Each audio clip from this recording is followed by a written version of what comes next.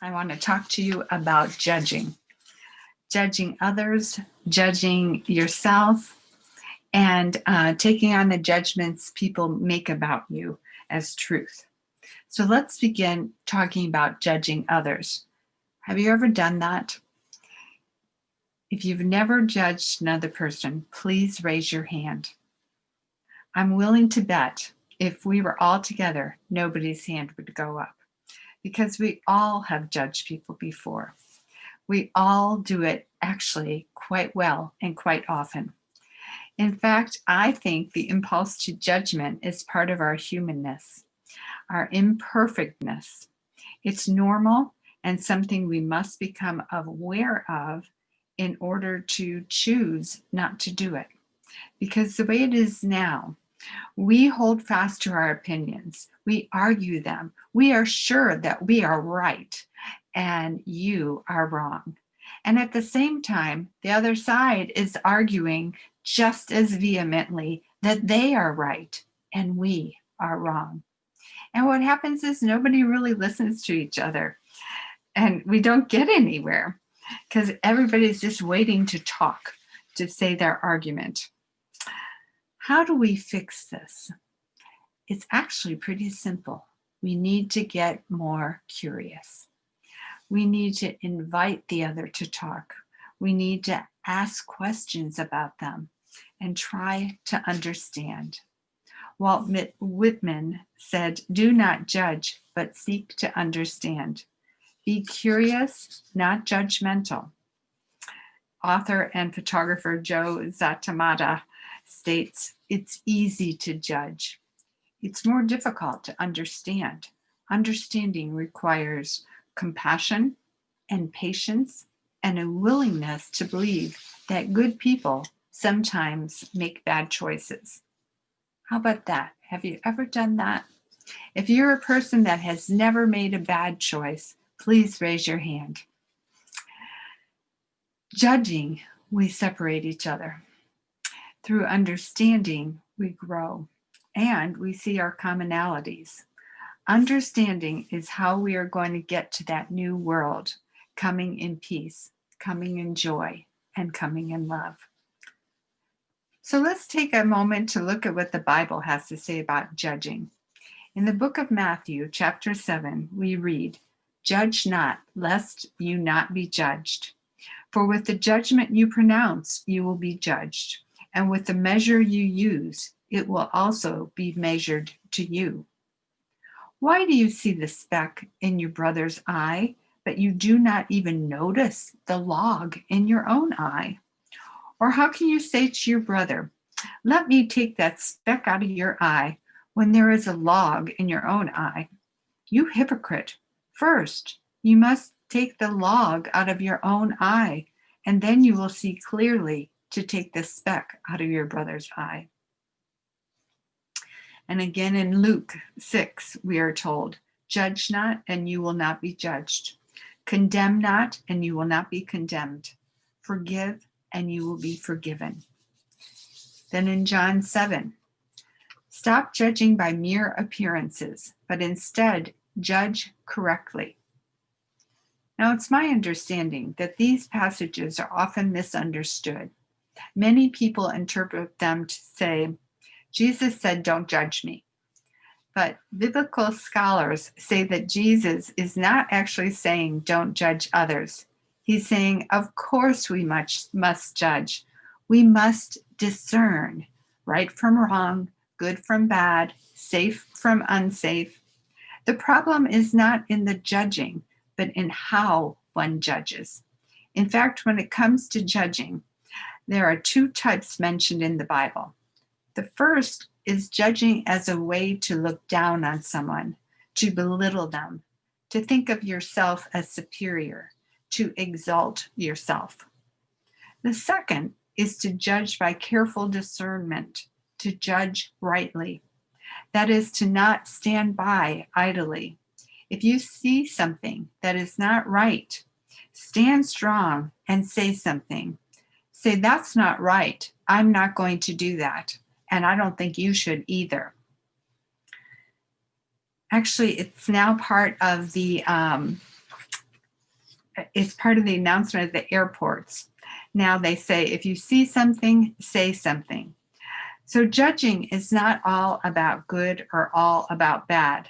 It's that punitive judging, making someone small, that we have to get rid of. Think about it. How do you feel when someone does that to you? Makes you feel unimportant.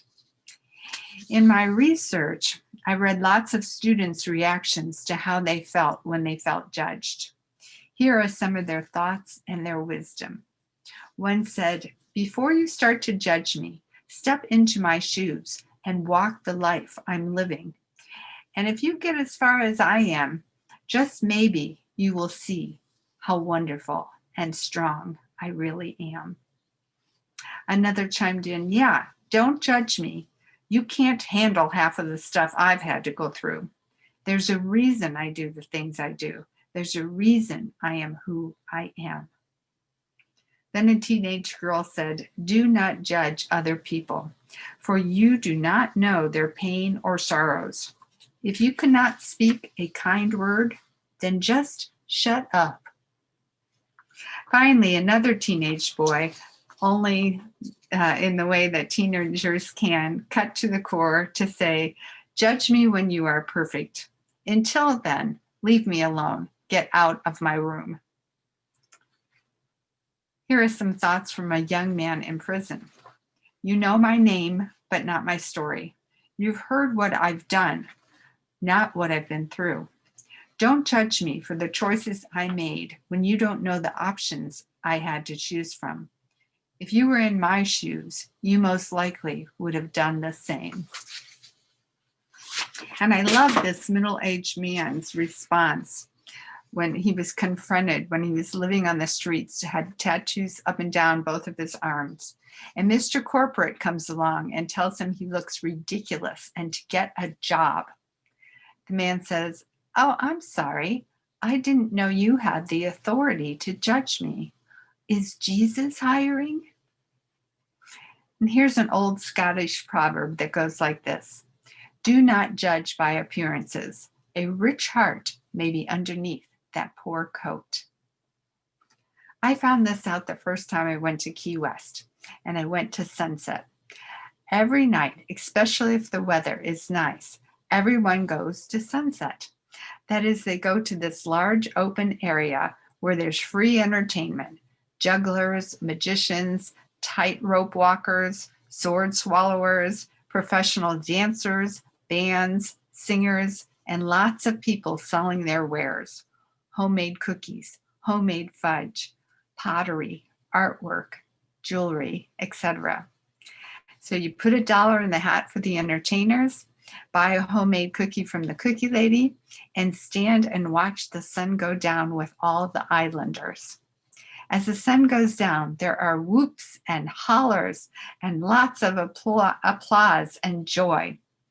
So my first time there, I was with my sister who lives in Key West, and she told me who all these people are. She said, "The cookie lady used to be a college professor. The juggler owned his own real estate business and is a multimillionaire and lives in one of the mansions on the other side of the island. He donates all of his tips every night to charity. The tightrope walker is a retired doctor." She said, "Never judge a book by its cover, especially here. All of these people have had accomplished lives, and one day they decided to get out of the rat race and came here to Key West and joined our community." And I thought to myself, wow, I am humbled because I did judge them. I judged them as being beach bums who were irresponsible and probably living off the government. Nope, not even close. I was so wrong. And of course, we must remember the famous words of Martin Luther King as well, who we honor tomorrow on Martin Luther King Day. He said, "I look to the day when people will not be judged by the color of their skin, but by the content of their character." Yes, racism, that's alive and well in our country today. Definitely judging people without knowing them at all just judging on a skin color. There's this story that is told that William Faulkner told King in 1956. Faulkner said, "The civil rights activists should calm down while white people get used to the idea of Black people having equal rights." King was quoted as saying, "Nope, not gonna happen." And later he said, "Someone should tell Faulkner that the vast majority of the people on this globe are colored." And that's true. I looked it up. Currently, 88% of the world's population are people of color. From Mexico, from Panama, from Brazil and Argentina, from Spain, from Italy, from Turkey, from Morocco, from Africa, from India, from Saudi Arabia, from Pakistan, from China, from Japan. 88% of the world is some shade of brown, and that means only 12% are some shade of white. It reminds me of the little 6-year-old Native American boy who asked his mother, "How brown is brown, Mommy? How brown is too brown?" He was being bullied at school at 6 years old and being called Brownie.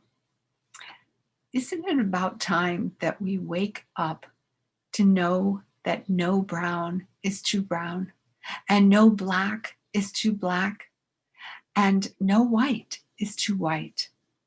Isn't it about time that we started seeing people with our hearts? Harper Lee wrote in her 1960 book, To Kill a Mockingbird, "Atticus, he was real nice. Most people are scout when you finally see them. The awakened eye is a conscious eye, a willful eye, and brave, because to see things as they are, each in its own truth, may make you cry." But that's what I'm talking about. I'm talking about seeing, really seeing, not prejudging by the stereotypes that you have been taught, and not by judging just by the color of someone's skin, but seeing through awakened eyes. Consider the words of Martin Luther King. It is a cruel jest to say to somebody who is bootless that he should just lift himself up by his own bootstraps. It is even worse to tell a man to lift himself by his own bootstraps when someone is standing on his boot. Can you see it? Can you see through your awakened eyes the injustice and cruelty to say that to a homeless man? Can you see that in the face of a hungry child living on the street with her mother that's addicted to heroin? We must awaken and be willing to see with conscious eyes the inequity and injustice in our cities, in our country, and in the world.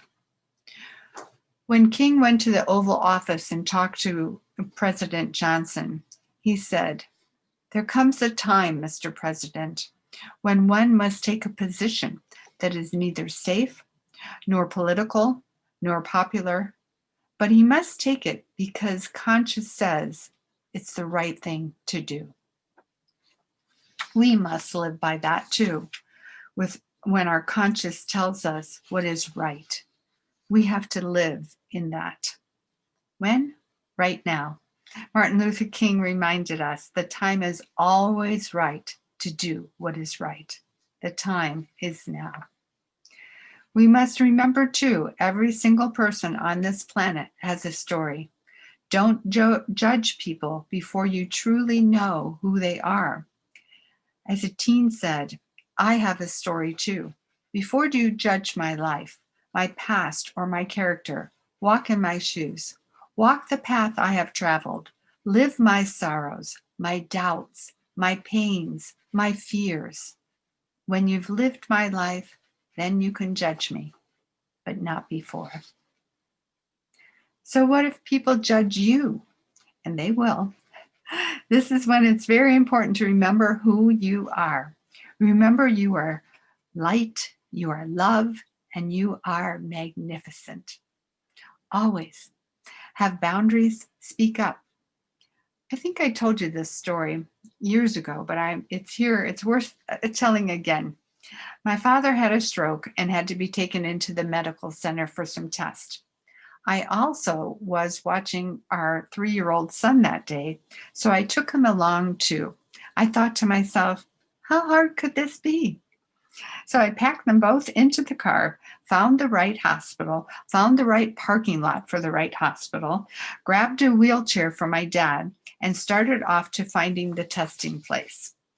On our journey, we passed the cafeteria. My child went wild. He was suddenly starving. He had to have some food. So I pushed my 190-pound dad in the wheelchair into the cafeteria. In the meantime, my child ran ahead and was running from display case to display case, looking at all the food.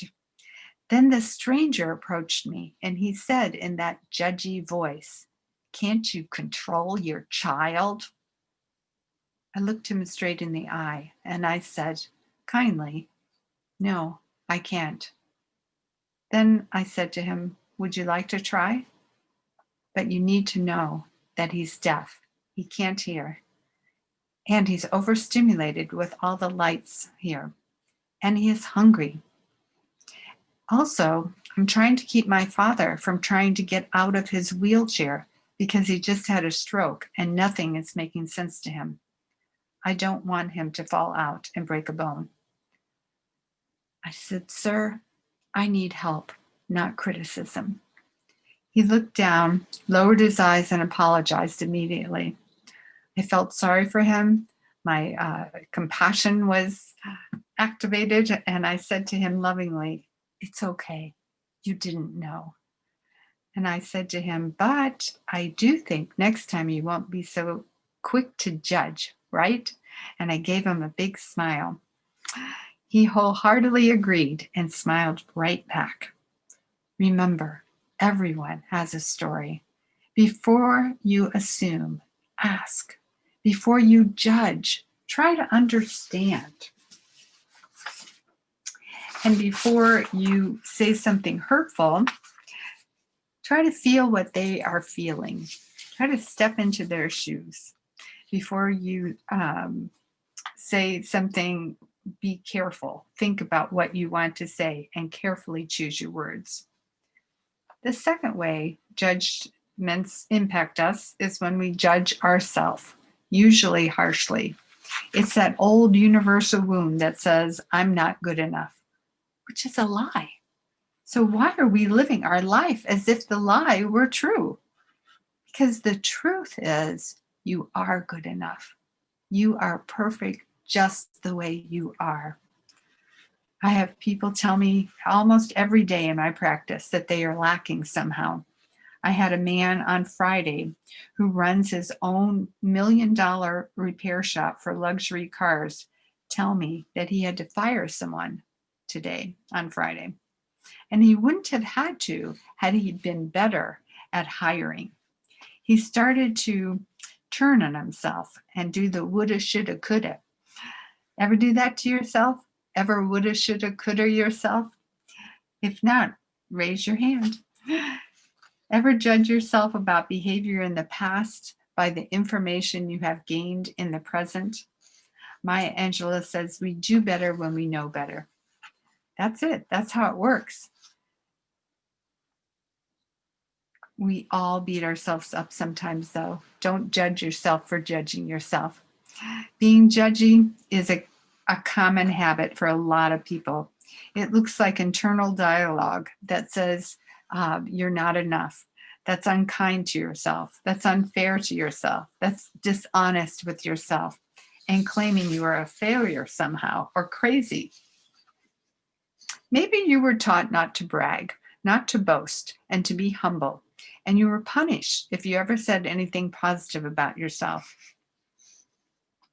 Well, I'm here to tell you, in this new world that's coming, 2021, you are allowed to live in the present and not beat yourself up about not knowing what you didn't know sooner than you knew it. If you knew then what you know now, you might have made a different choice. but you didn't know then. You only know now. Be gentle with yourself. Have grace. So try not to judge others, and definitely stop judging yourself. You are the star of your life. Whoever you are, whatever you do, let your light shine. Martin Luther King said, if a man is called to be a street sweeper, he should sweep streets even as Michelangelo painted, even as Beethoven composed music and Shakespeare wrote plays. He should sweep streets so well that all the host of heaven and earth will pause and say, wow, here lived a great street sweeper who did his job well. So do your job well and stop criticizing yourself. Do your job like Shakespeare wrote plays. Finally, let's look at when others judge you. So many times people assign a trait to us with such conviction, it's so clearly that we start to buy into it. They might say you're lazy, you're fat, you're stupid. These declarations of truth must be confronted, if only internally, to say to yourself, I don't believe that. That person doesn't know who I am. We must self-define. Think about it. What would it be like if you were no longer controlled by the judgments of other people? You can definitely get there by realizing that in the end, people will judge you anyway. So don't live your life trying to impress them. Live your life impressing yourself. Albert Einstein said, everybody is a genius. But if you judge a fish by its ability to climb a tree, it will live its whole life believing that it is stupid, believing the lie. Don't believe the lie. You are enough. I want to share with you a poem by Anonymous called Judging Others. Sadly, we're always critiqued by the people that we know, by title or occupation, by the possessions that we show. We are judged, and we judge. We judge by skin color or by awards received, by church denomination or what we believe. We're judged by what we spend or what we give. We're judged by age and gender, and also by where we live.